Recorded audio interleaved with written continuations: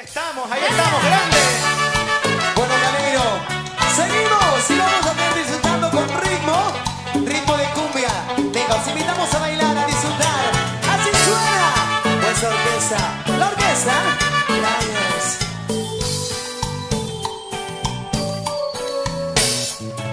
Sí, claro que estoy llorando. Pues que acaso esperabas que hiciera una fiesta como despedida. Aplaudir que te vas, destrozando mi vida. Y al irte me vaya corriendo a pedirle a Dios que te bendiga. No, no podré perdonarte. A pesar que te amo con toda mi alma, me obligas a odiarte. Hoy te ríes de mí y no te duele dejarme, pero vas a volverme a buscar y te cierto que voy a vengarme. Vas a besar el suelo, por Dios te lo juro. Vendrás a pedirme perdón y no dudo. Me bendigarás con un beso mis labios. Tu piel rogará que la toque en mis manos.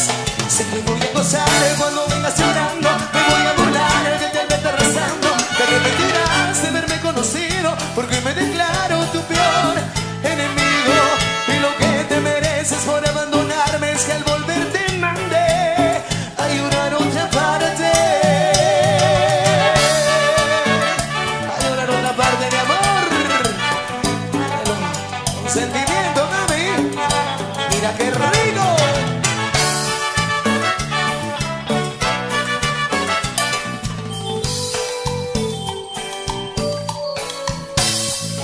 Sí, claro que estoy llorando. ¿O es que acaso esperabas que hiciera una fiesta como despedida?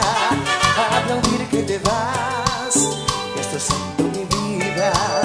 Y al irte me vaya corriendo a pedirle a Dios que te bendiga. No, no podré perdonarte. A pesar que te amo con toda mi alma, me obligas a odiarte. Hoy te ríes de mí y no te duele dejarme, pero vas a volverme a buscar y te acierto que voy a vengarme. Vas a buscar el cielo, por Dios te lo juro. Vendrás a pedirme perdón y no dudo. Me bendigarás con un beso mis labios. Tu piel rogará que la toque en mis manos.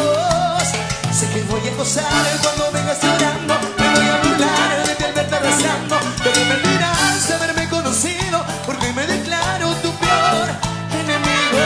Y lo que te mereces por abandonarme es que al volver te mandé a llorar otra parte.